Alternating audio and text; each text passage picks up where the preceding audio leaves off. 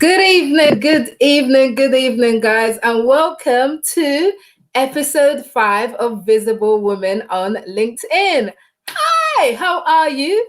It's me, Mildred Talabi, in case you don't know. We are here for episode 5, and I've got another exciting guest for you today. So, as always, I want to know who's actually punctual, who is on time here, who's going to be struggling a few minutes late and wondering what happened, right?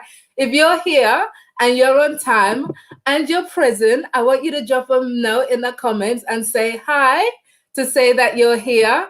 Sonia, I should start giving out prizes for the first people and the who turn up on time. Yeah. So Sonia's on time. Hi, Malachi's on time. Malachi, you don't count. No prizes for you. No prizes for you. Malachi's my husband, guys. He doesn't count. But everybody else is good to see you. It's good to see you, Chris. Hi, Chris. Hi, Sandra. Hi, Sophie. Hello, guys. Oh, thank you, Chris. Thank you very much. Thank you, Malachi. Judy. Hello, Judy. Guys, you know the deal. I want to know if you're somewhere that's not the UK or the US, because I know I've got the UK, US massive always with me, and Germany. Stella from Germany, I know she's gonna turn up. If you're somewhere outside of those places, I want to know. Drop it in the comments. Let me know what country you're representing and where you're tuning in from today. So that's what I want to see. Hi, Sandra. Good to see you. Welcome. Malachi, no, we are not going to do Visible Men. We are not. You can start that show on your own LinkedIn Live, right? We are sticking to Visible Women on LinkedIn because guess what? Women, we tend to have more of an issue being visible on public platforms like LinkedIn, social media platform, which is the whole idea behind this show. I want to showcase wonderful women. Most of the ones I'm doing in this first series, I've worked with all but one of them directly, but the last one, you're going to really enjoy that. But really, it's excellent, awesome, wonderful women who are being visible on LinkedIn and using this great platform to build their brand and promote their business. So the reason I'm doing this show is to kind of show other women that it's possible. Ladies, we need you on LinkedIn. We need you to be visible, not just for the sake of it, because that message that you have on the inside, other people need to hear it. That all that stuff that you've gone through, all the things that you've achieved in your career, other people need to hear it. They need to know about it. They need to know about the challenges you've overcome. They need your tips. They need your lessons. They need you to be visible so they can learn from you. We need you to be visible. So that's what this is all about. That's why we're not doing a Visible Men, because it's all about us ladies, right? But men, you're welcome to come in and join us in this session. So welcome, guys. Right. Oh, Liz. Hi, Liz. Liz is here. Lolette is here. Hi, Lolette. Judy's from South Africa. Woo. Yes. We got Sophie in China, who works in Jamaica and other areas. I love it. We are international. Sandra says she's in Barbados in her mind. Doesn't count. I am in Tunisia in my mind half the year because it's a lovely hot place. I think I want a holiday home there at some point. But yeah, I love it. Hi, Gula. Thank you. Good to see you. Sonia used to give out stars. Yes, I should be giving out stars for people who show up on here. But ladies and gents, thank you so much for joining us tonight. We are going to have a really interesting conversation with the lovely Monwara Ali, who I will welcome on in just a minute. But just a few housekeeping stuff, right? Visible Women on LinkedIn with me, Mildred Talabi. That's what you're watching. In case you just tuned in and you saw this on my page and you're wondering, what is this? This is what it is. And just so I know that you're watching, I want you to react, because I have no idea of knowing how many people are in this live session with me, except if I go afterwards and made it count who commented or what. It's long. This is long. They need to improve that at this end. But listen, if you're here as a way of registration, just kind of react, either like, curious, heart, whatever you want to do. I don't mind, whichever reaction you want to do, but just use it as a way to check in, please, just so I know who's watching this with us. If you're on Team Replay, that includes you too. Thank you for watching on Replay. Yes, please check in by reacting so we know that you're here too. And ladies, gentlemen, this is I like that word, penultimate. This is the penultimate, right? We've got one more Visible Women show next week. And then after that, I've got a surprise show for you. I will tell you about next week. But listen, if you want to get reminders for the very last one we're doing, register at mildredtalabi.com/visible woman. And also, you can follow Start Being Visible on LinkedIn for all the updates, for the replay, for easy access to all the content that I do around being visible on LinkedIn. So that's it. Right. Okay. Oh, somebody, LinkedIn user on the East Coast of the US. LinkedIn user, yes. I don't know who you are, but yes, thank you. Thank you for showing up from the East Coast of the US. Sharon, hi, Sharon. Hi, Simone. Good to see you here. Welcome, welcome. Right. We're going to get into our conversation for today, because today we are talking to Monwara Ali. Now, a lot of you probably have seen Monwara being visible on LinkedIn, giving out her wisdom in her tips and sharing the amazing work that she does. So Monwara is the director of a charity called Waltham Forest Community Hub. And she has led this charity for the last 11 years or so. She can correct me if I've got the dates wrong, but for about the last 11 years or so. And she's really grown it from a small organization to one that really has great impact in the community, and one that really, really impacts the people around the community. So that's the kind of person that Monwara is. She grows things, she takes things, she has great vision, and she runs ahead with it and creates amazing things from it. So as some of you may have seen from my post earlier this week, Monwara and I actually connected like well over a decade ago, when we both worked in the same housing association I was in comms, she was in fundraising at the time. So, and look at our paths. Who knew our paths were going to cross in this way 10 plus years later? But I am so excited to bring her on today. I'm on the edge of my seat to hear the things that she's got to say, because the topic we're talking about today is how to build sustainable success. So that's what we're going to talk about. And on the LinkedIn front, we're also going to talk about how to build your personal brand on LinkedIn. Because again, even if you have a day job, even if you're an employee, again, this is something that Monwara does particularly well. So we're going to discuss some of our LinkedIn strategies. But are you ready for me to bring her on? Are you ready for me to bring her on? Oh, hi, Taruna. Taruna is here and present. Sharon Gordon used to work for Waltham Forest years ago when her children were little. Ooh, exciting, exciting. I used to live in Waltham Forest before I left London. I moved to Kent. But yes, hi, Edie. Good to have you here. But guys, listen, give me a keyboard welcome, right, as I bring on Monwara to Visible Women on LinkedIn. So, Monwara, check in. Are you here with us? I'm here. Woo, she's here, guys. The first part of tick, it worked. She is here. She is here with us. Monwara, it's such a pleasure to have you on our show.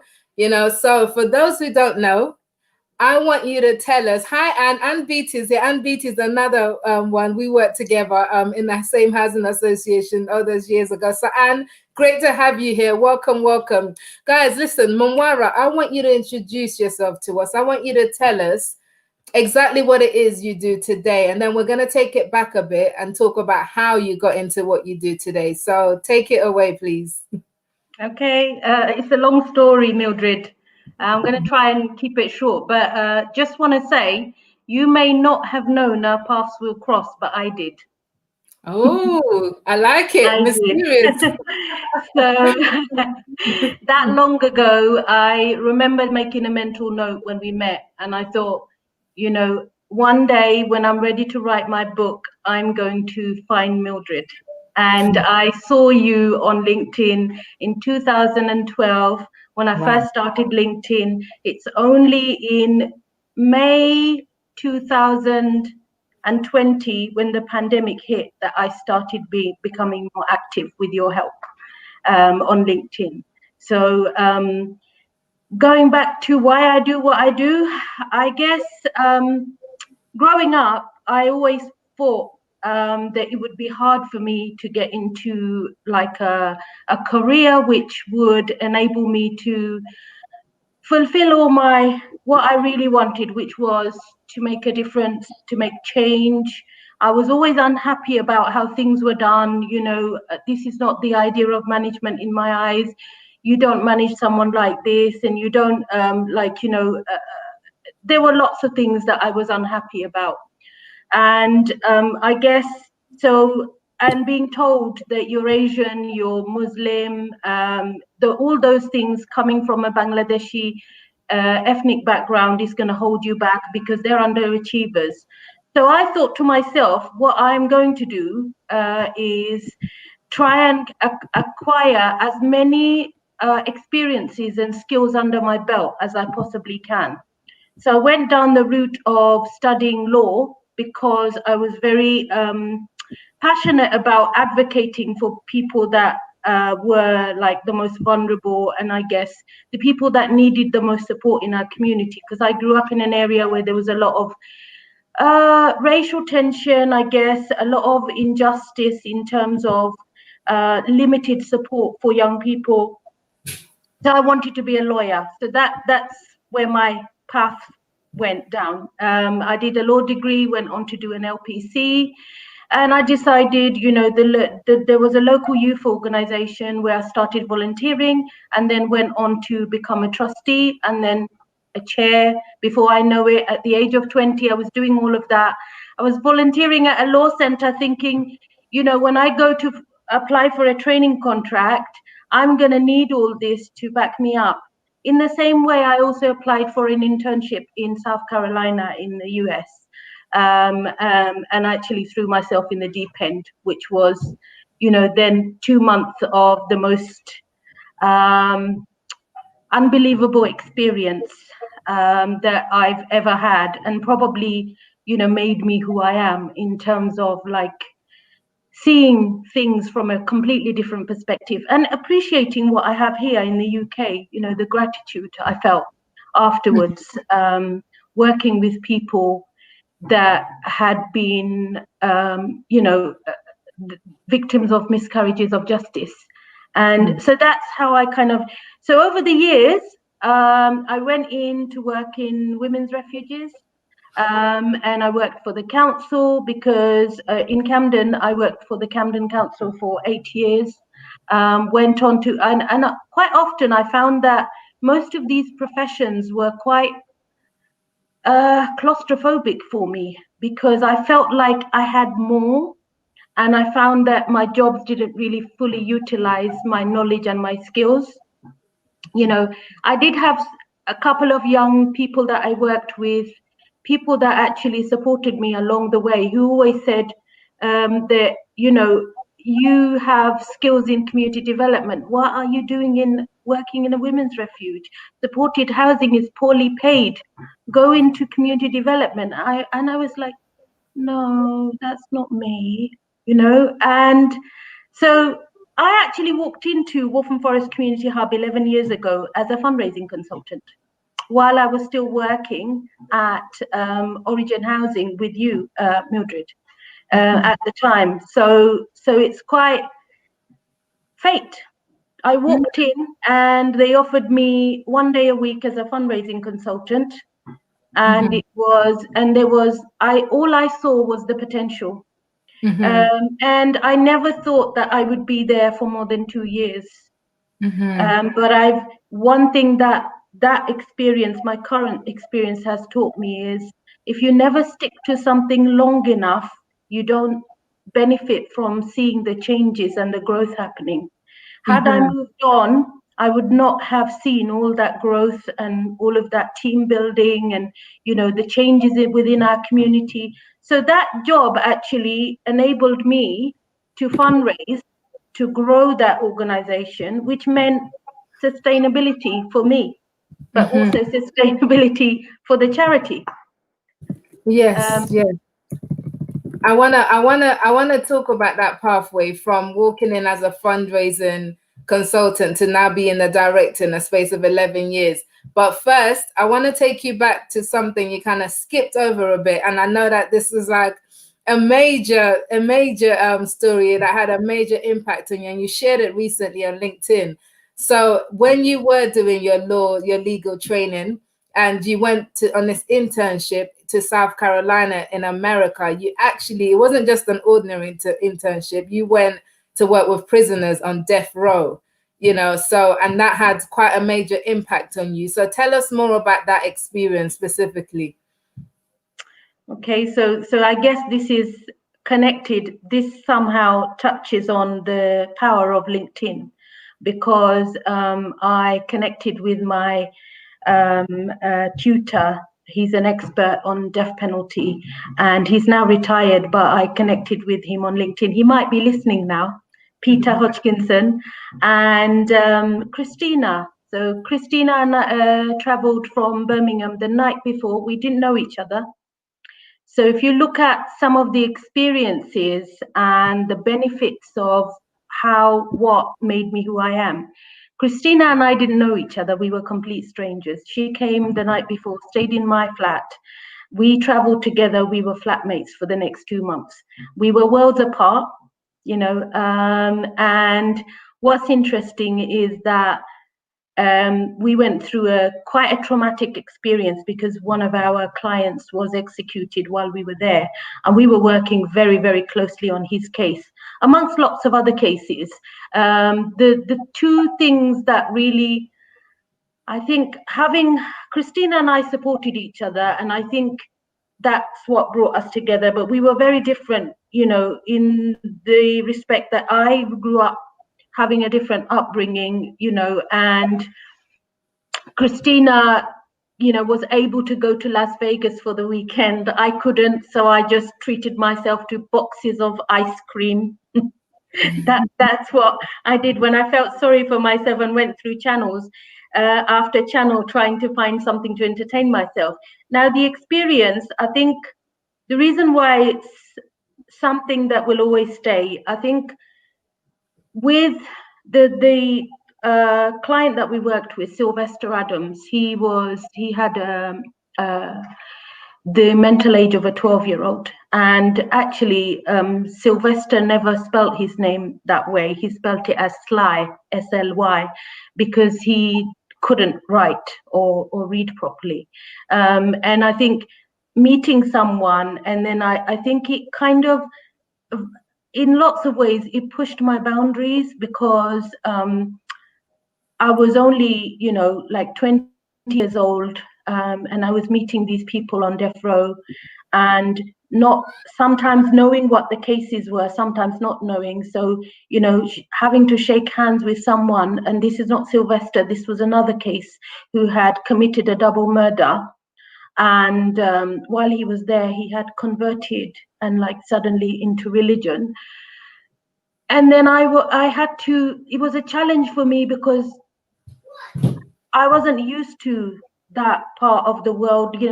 For a 20-year-old Muslim young girl, you don't know that, these men have been behind bars for 15 years. And actually, they're quite excited by a female, like just the sight of your flesh.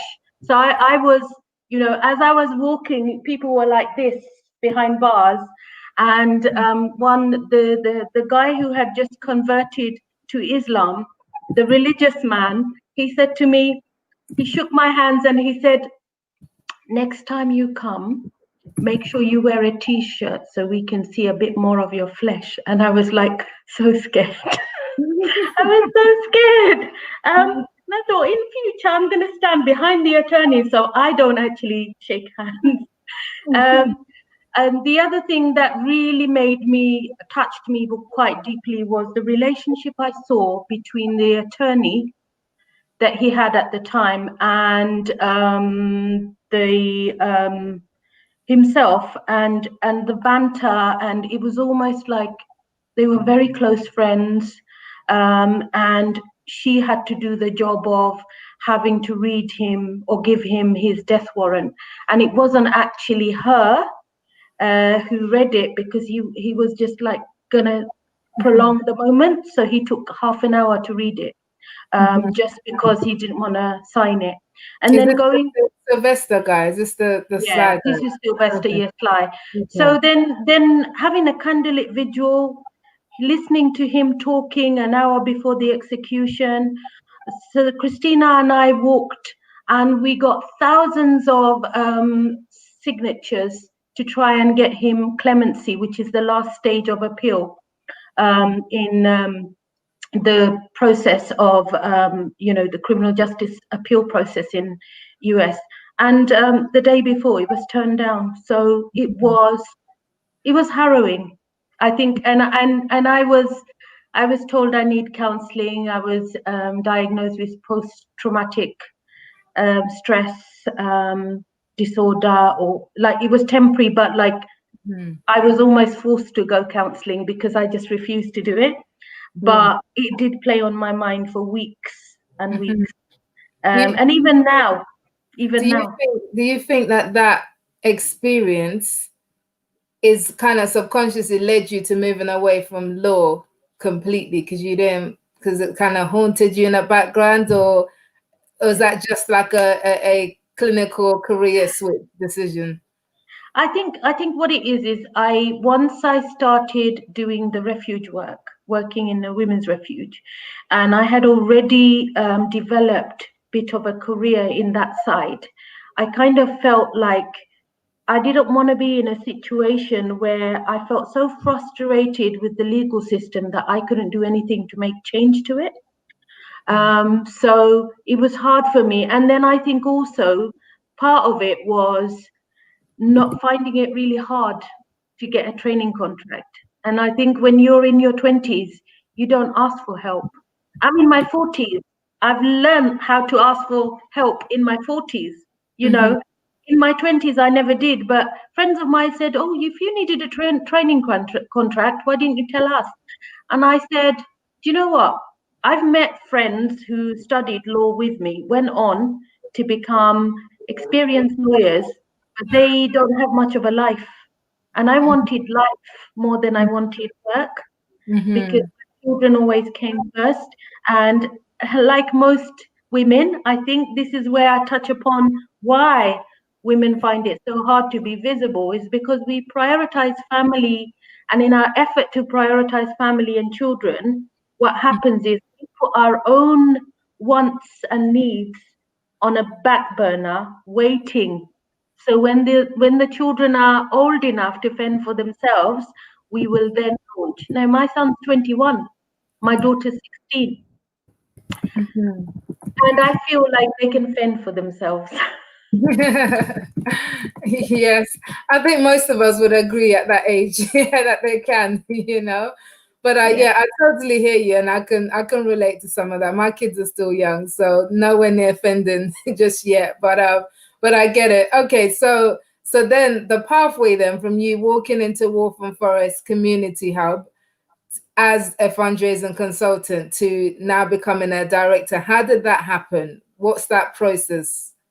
Okay, so obviously, nothing happens overnight. I think with any organization, it's really important to make sure you have expertise and you have the right infrastructure. So everything was around growth and development. And I think in every organization, especially charities, you've got so many layers. The important layers are obviously the people at the top, and it's really hard for charities to find board members that are full of expertise that could actually provide the time and commitment that is required. So I think over the years, we've had some really good people that have supported our charity board. And I guess they've had trust in me. And I guess because I felt like I was held accountable in a lot of ways that made me sort of work hard, but a lot of it was to do with networking with the community, getting to know people, and the number one key to how you succeed on any social media, and particularly LinkedIn, relationship building. So I would say 10 years of anything, or I won't even go back to 10 years. I would say the position I'm in now, whether you want to call it a director of the charity or you want to call it as someone within the community outside my working role has all been down to the networking and the relationship building. Now, I wouldn't even say networking because the word network has the word work in it. And actually, relationship building happens in every level of our lives, whether that's personal lives, our neighbors. My neighbors know me. I know my neighbors. And we always come to each other's support. There's people within the community, there's people within the council that support me. And I know they're doing it, but they're not doing it because they want anything in return, but it's the power of the relationship that has developed over time. So nothing like that develops in such a quick time as, like, say, 2 or 3 years. So where we are now, I feel, is as a result of all that relationship building within the community, within the organization. And having built an infrastructure, the most important thing to survival is making sure that funding is there to continue. That's the charity sector. But how is it any different to running your own business? It's not.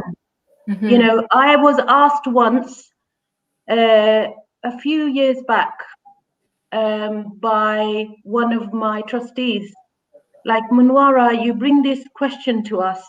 If you had to make a decision, how would you make that decision? And I thought, would it be any different if it was my business? Because you can treat your workplace as your business, or you can treat your business as your workplace. It's the same thing. So if I'm passionate about what I do, and I'm passionate about sustainability. Sustainability isn't just about the organization, it's about the community, it's about the people, and the greatest assets within an organization are the people. So I have to say, if it wasn't for the people that I worked with, I might have walked away a long time ago. Okay. So they have been my biggest support, because you do, as a human being, you doubt yourself, and you think, I don't know, if I'm doing the right thing. And I think from time to time I've had a few lifts here and there. And I think, and if I name anyone, I would say there are 4 very strong women within the organization that I work in. Actually, probably 5. But I'll let the 5th person guess who they are. But there are some strong women, and I think the fact that I do believe that they all bring an expertise and value to the table makes all the difference, because I think they know that. They know that I value whatever expertise they bring. It's not, I could have a title, I could be the highest ranking person within an organization. It's not all about me. Me as a human being cannot do everything. I do need someone who's an expert in this and an expert in that, because alone we can go so far. And I've realized that myself. As the team has grown, the further we've gone, the more successful we've become. And now we've identified gaps during the pandemic, and I know 2021 is going to be an even bigger year. And I feel excited because I know that they're up for it, So that's kind of been the magic, if you like. I love that. I love that. I love that. And the thing is, we've got one of your team members on here, Sandra. She says, I am lucky and privileged to work with Monwara. She is an inspiration. Sandra, welcome and thank you for your contribution. So, hi, Ivy. Aisha is here. So, Ella, some comments here. Amazing to hear your stories, Monwara. What an initiation as a young woman. That is a lot to go through at that age. That is an absolute lot.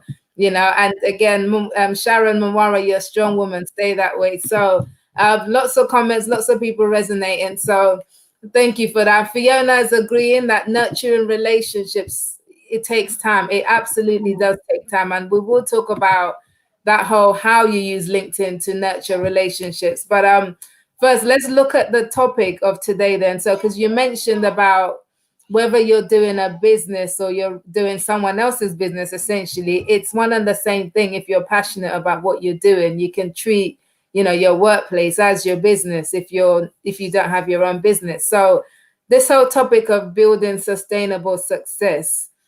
Before we talk about it, I want your definition of, first of all, what is success, and then what do you mean by sustainable success? I guess, in my opinion, success is when you are happy or content with what you have. I feel that success is probably when, I know it's going to sound a bit cheesy, but when your work doesn't feel like work, it just feels like, I sometimes feel like I have ideas and I just make them happen because I have a team of elves that are always behind me. And in terms of building your own self, I would say this for the benefit of everyone listening. What is your niche? Think about your niche. I know my niche is fundraising. I know my niche is the legal stuff that I trained. So, when I did my LPC, I learned interviewing skills. I learned advocacy. I learned drafting, legal drafting. So people often wonder how, like, I get through content so fast. These are skills that, no one ever in all my working career pointed out to me that I have. But I take it back to studying English, analytical skills, the research. Having spent 2 months in South Carolina, British interns weren't treated the same way as an American intern. So we got all the research to do. I spent days on end in the library just researching. You think of that, bid writing requires creativity. I bake, I cook, I love innovation, I right? haven't tasted, so I can't vouch. But you've seen it on LinkedIn. I've only seen pictures, right? That's not enough. I need the real stuff. So, so all of that, the creativity. When you're writing a bid, people think is how good your English skills are. No, it's not. It's around creativity, and you only get better at something. And the key to what works on LinkedIn and has worked for me for 6 months, consistency. Following Mildred's homework to a T.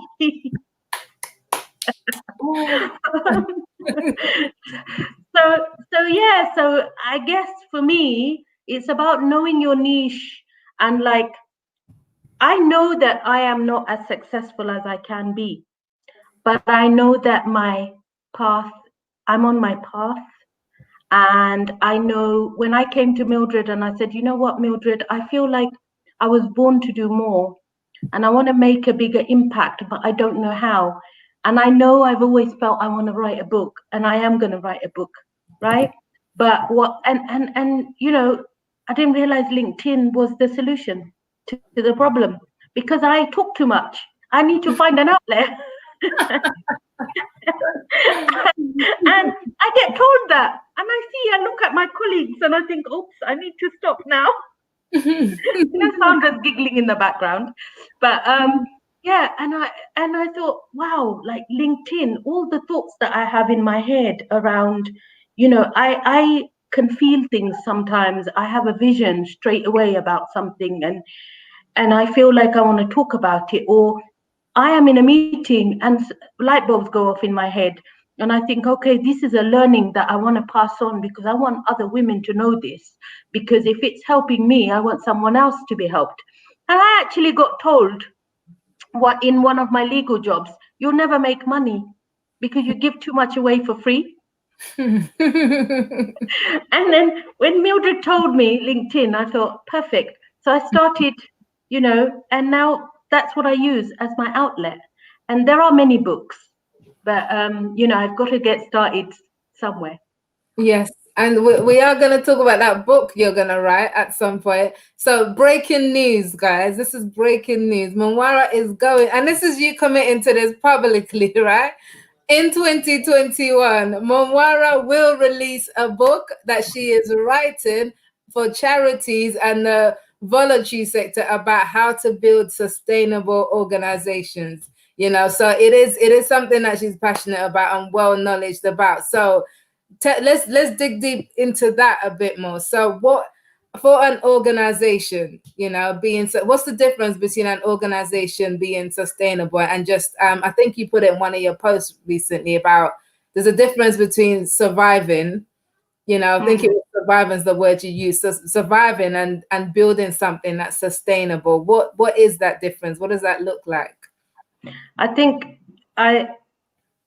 people will often complain about the charity sector being starved, but actually, if you look at the system, the cycle that's there, look at the classic example of the pandemic now. There are funders there.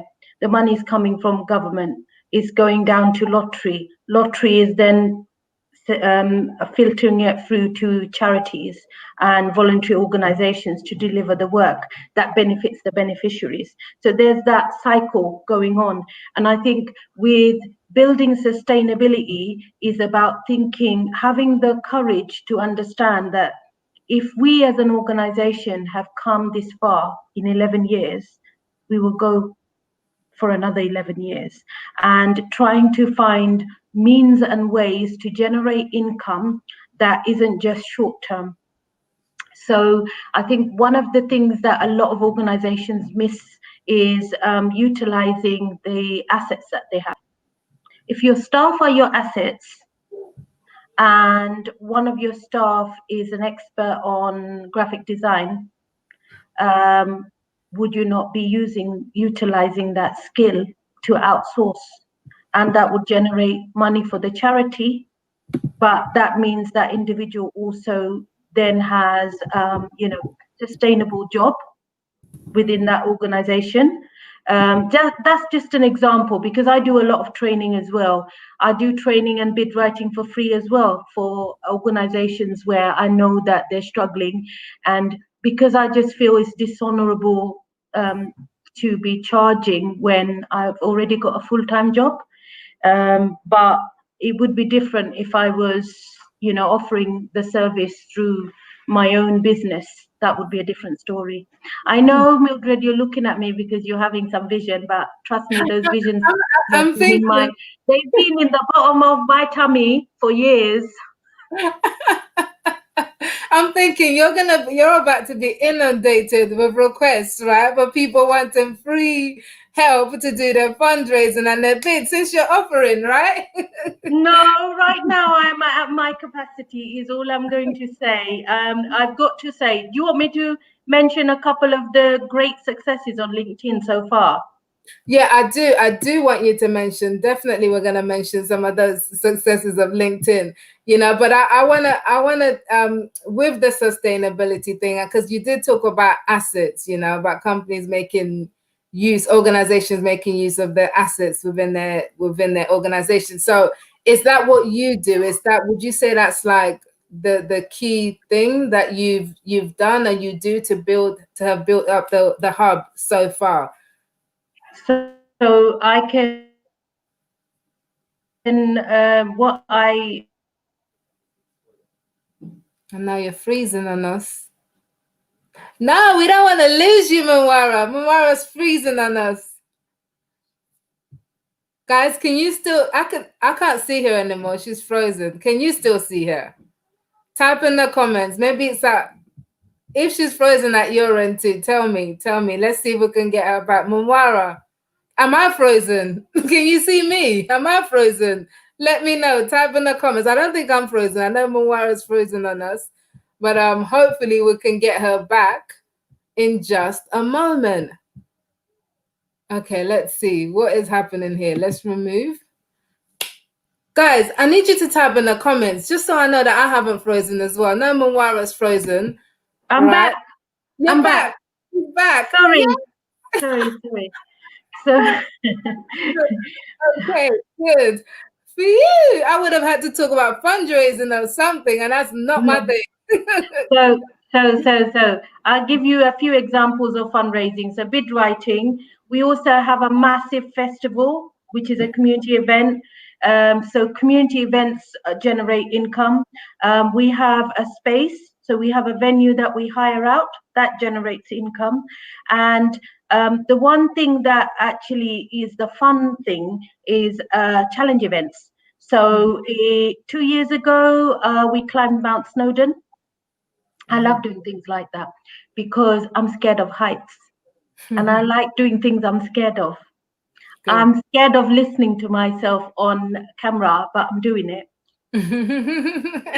So, so I climbed a mountain with a team of us, staff and volunteers, and we all got to tick our bucket list. And next year, we're hoping, fingers crossed, to climb Ben Nevis, which is the higher mountain, and maybe one day we will end up in Kilimanjaro, maybe, I don't know.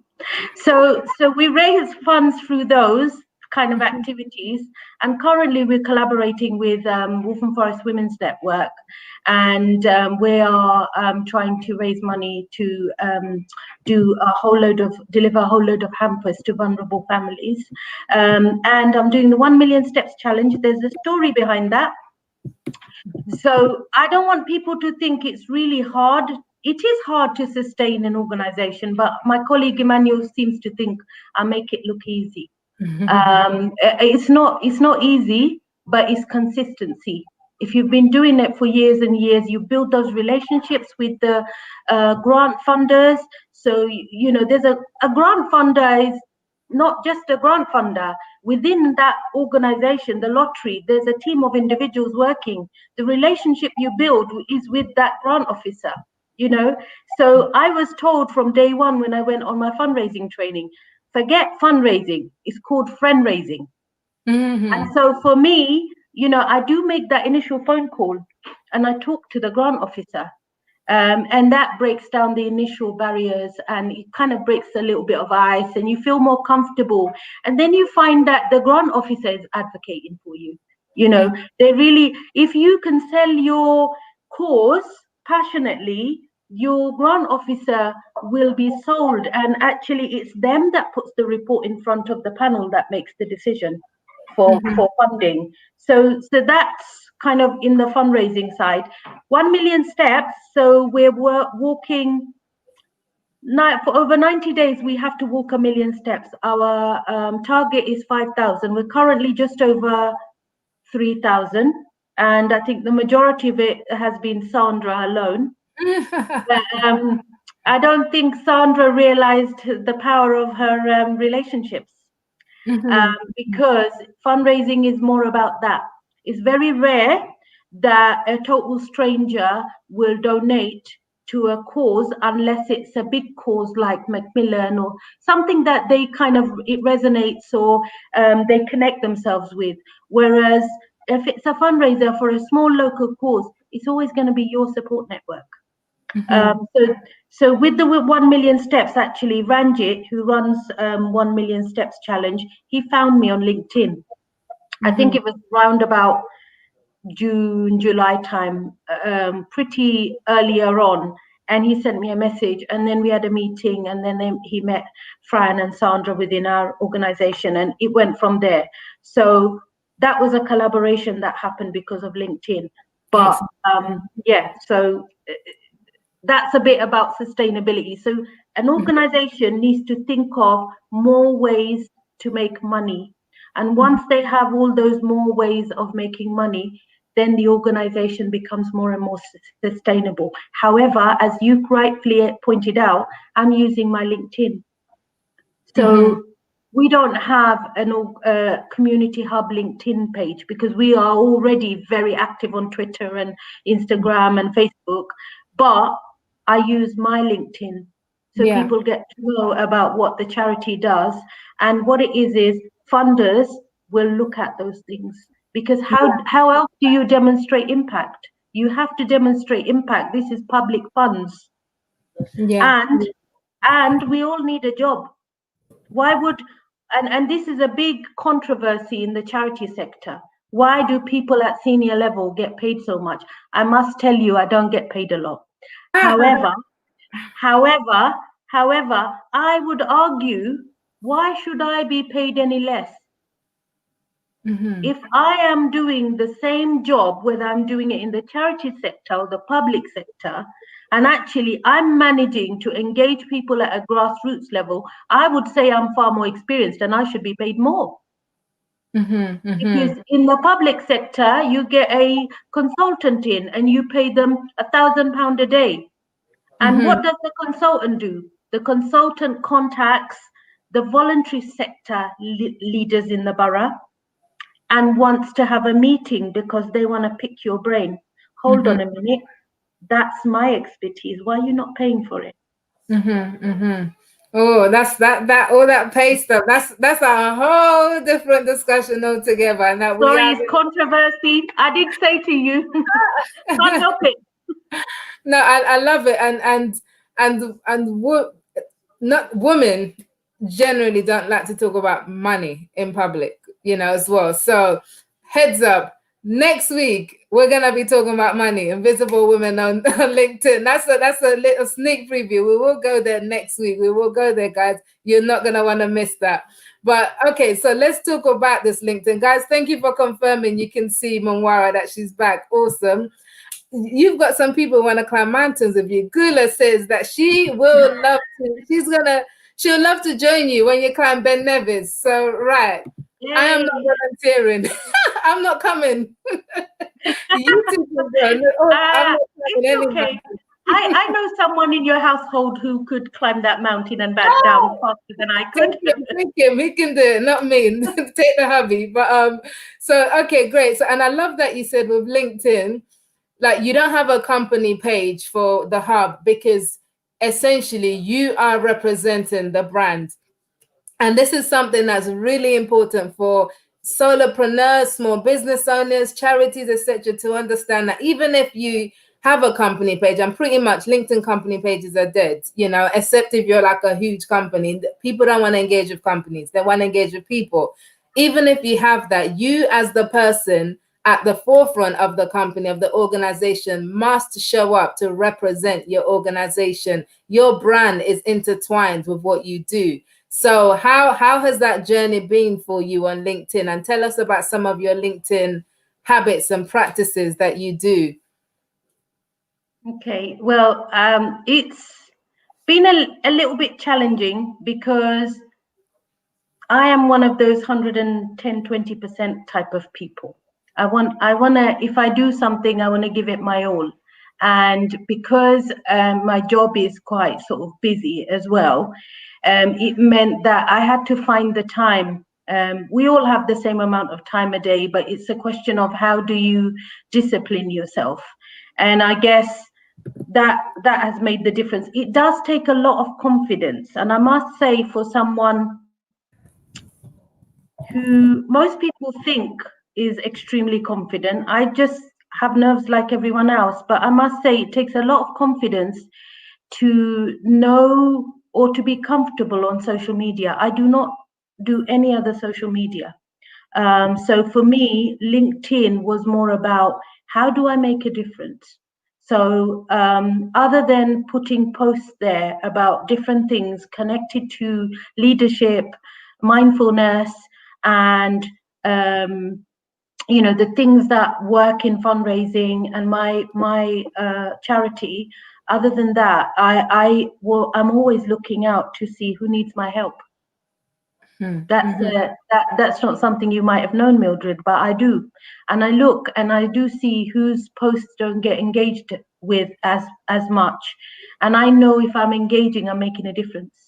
A lot of people may not actually think of it that way, but you are making a difference because actually when you spend some time and read those posts, you find nuggets.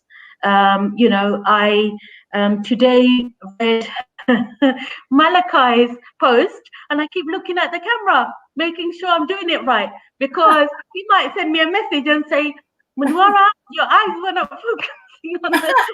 Because I felt like when I saw that post, I thought, he's written that post for me. Like when you really feel, I think confidence, I'm going to say this, comes from within. And then we try and find lots of evidence for it.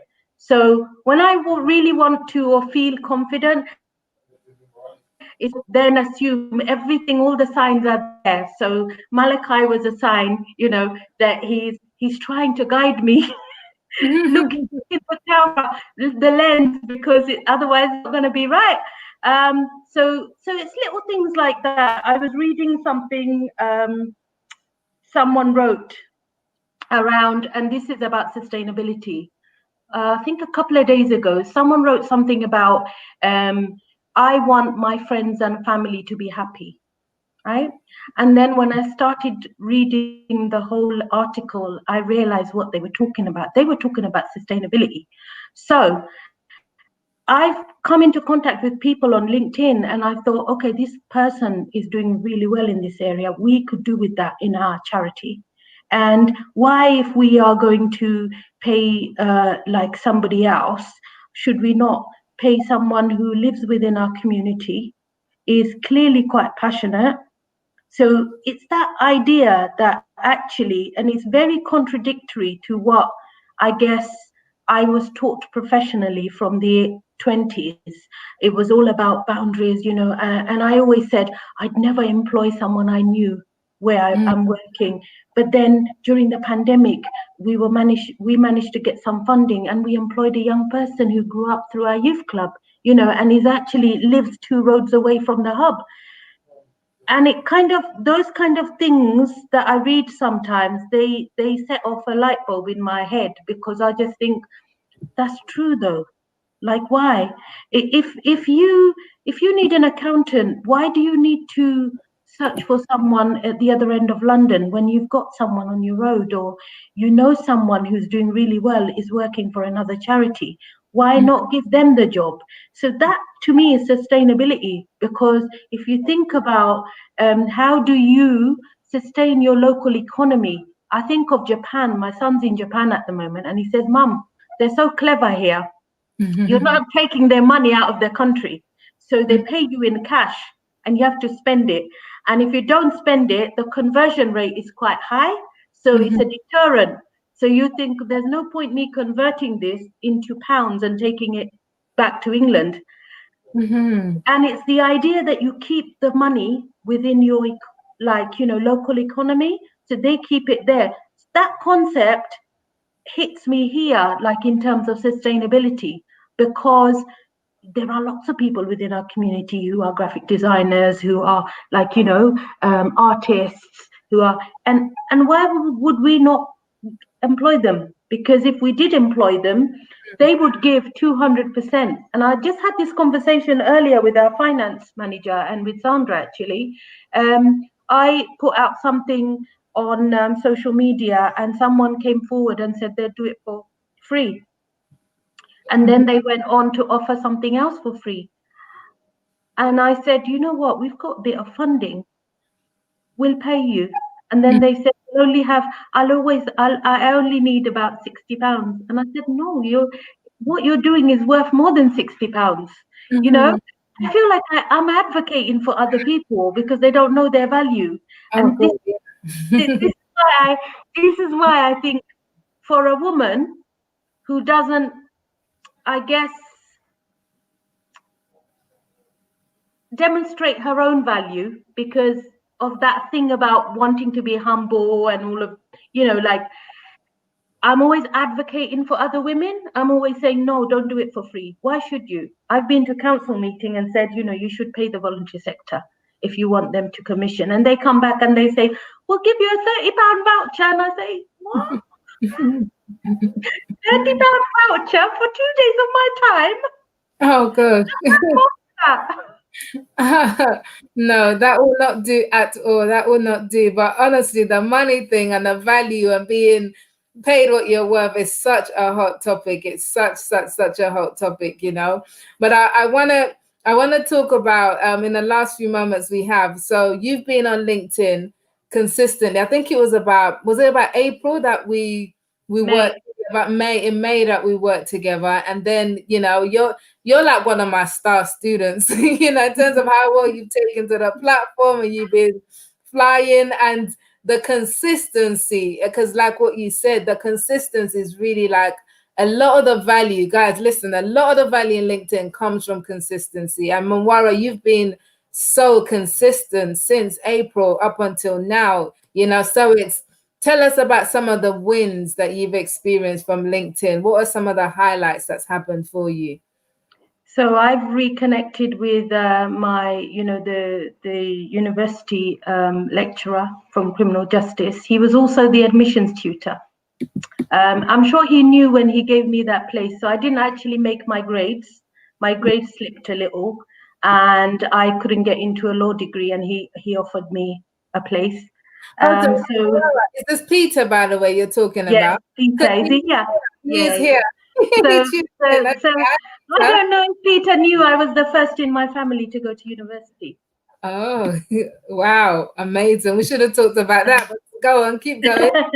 And then Christina, who I went to the internship with, also reconnected with her. She now lives in Switzerland, and we've been exchanging messages. Either I will go there to meet her, or she will come here for a reunion. Matthew Charlton, he connected with me. He sent me a message by just looking at the post and said, can we meet? Can we collaborate? We do £1 million contracts, and we want to support community hubs. We can bring some courses to your building that the residents would benefit, and we would pay for venue hire. So that's a really good collaboration. We're about to sign an SLA for that. Hema Patel, who does mindset coaching. So I've been engaging on her posts. She then sent me free sessions to go to. I never had the time. And then I sent her back a message to say why I didn't have the time. That's when she offered free mindset coaching for my staff team. And she gave us 40 minutes for free. And what got me more excited about the whole thing was couple of days later, she put a post on LinkedIn, and it said, calling all charity leaders and small business owners, I'd like to offer coaching for free. And I was like, yes, I've made a difference. Like that thing where you feel like, okay, that was the purpose for me being on LinkedIn, because if my actions will enable others to learn from it, and not even learn, like the light bulb moments, then to me I've served my purpose. So that was really exciting. Hema and I are very, very similar in our thinking, which is great, because I've now connected with a lot of people with similar mindsets. Who else? Oh, so I've been invited as for an interview with Diana on the Courageous Leadership podcast. Oh, lovely. I love it. Scary. But yeah, she read my post and she sent me a message and said, I'd be honored if you would, come and feature in my podcast. And I was like really nervous. But I thought, if I can spend an hour with Mildred, surely I could do 20 minutes. Oh, you can. You can do loads. You can do loads, and I love that. And all of those things you talked about is only recent, isn't it? So there's just so much more. LinkedIn is an absolutely wonderful platform for being visible. So you know it, I know it, and I'm hoping anyone who doesn't know it who's watching, listen, start being visible. Hashtag right on LinkedIn. But Monwara, because of time, we're gonna have to round it up there. It's been so good talking to you and hearing your insights and your, and your thoughts on sustainability and LinkedIn, and also your inspiring story of how you got started with your career, which is brilliant. So, like, what are you working on now that people can support? How can we connect with you? How do you want people to reach out to you? Are you offering bid writing to everybody? So what do you want people to do now next in terms of connecting with? Connect with, engage with my posts, and you can see, because a lot goes on there. I would say as well, empowering women is really important to me. So I think watch this space, because I think there's going to be a lot on empowering women in 2021, because I see that I feel quite ambitious about going international as well with all of that. So mentoring is a big thing. It's about growing. Sustainability is about growing people. And this is where empowerment comes in. I love that. Yeah, Yeah. I love that. That's it. That is absolutely wonderful. Well, guys, listen, you've heard her, and you can connect with Monwara on LinkedIn. Just let her know that you heard her from the Visible Women show so that she knows that you're not trying to sell her something. You're not spamming her. True, true. I didn't say that, but that happens. Yeah, that is brilliant. But Gula says, Mawara, you are inspirational. I've sent you a LinkedIn request, so look out for Gula's LinkedIn request. And we're gonna say bye now, but all the best with the Million Steps challenge, and of course we're gonna be keeping up with you on LinkedIn to see how you're getting on with that. But thank you so much for coming on the show with us today, Mawara. Thank you, Mildred. You're doing such a wonderful job. You're fulfilling my purpose too. Ah, I love it. That is brilliant. Thank you so much. I will catch you on LinkedIn. I'm going to sign off here and then we'll catch up, okay? Thank you for your Bye, time, everyone. Luana. Thank you. Bye bye. Right, guys, listen. So, thank you so much for joining us for this is the one before the last one, right? The one before the last of episode. This is episode 5 of 6. Next week we have got the final one, and you are absolutely gonna want to be here for that. You're gonna want to be here for that. It's Thursday, the 10th of December, 6 p.m. sharp. And I'm not going to say I'm going to reveal who it is on Monday because there's only one more left, and I'm going to be talking to the lovely Maria Leguer, and we're going to have a great conversation. You're going to want to be there. But listen, connect with Monwara, connect with her on LinkedIn. She's open to everybody. She really is an inspiration. There's so much more we could have talked about in terms of her career and what she's actually done with the charity and beyond. But we've only got an hour, right? We've only got an hour. We need a longer show, but we'll talk about that in future. But thank you so much for joining. Remember, follow Start Being Visible for the replay, for information, for updates about this series, and also all things LinkedIn that I do will be under that hashtag Start Being Visible. So thank you for joining tonight, and I will see you next Thursday at 6 o'clock. Have a good night or a good morning or a good afternoon, wherever you are in the world. Have a good one, and I will see you next week. Take care now. Bye bye.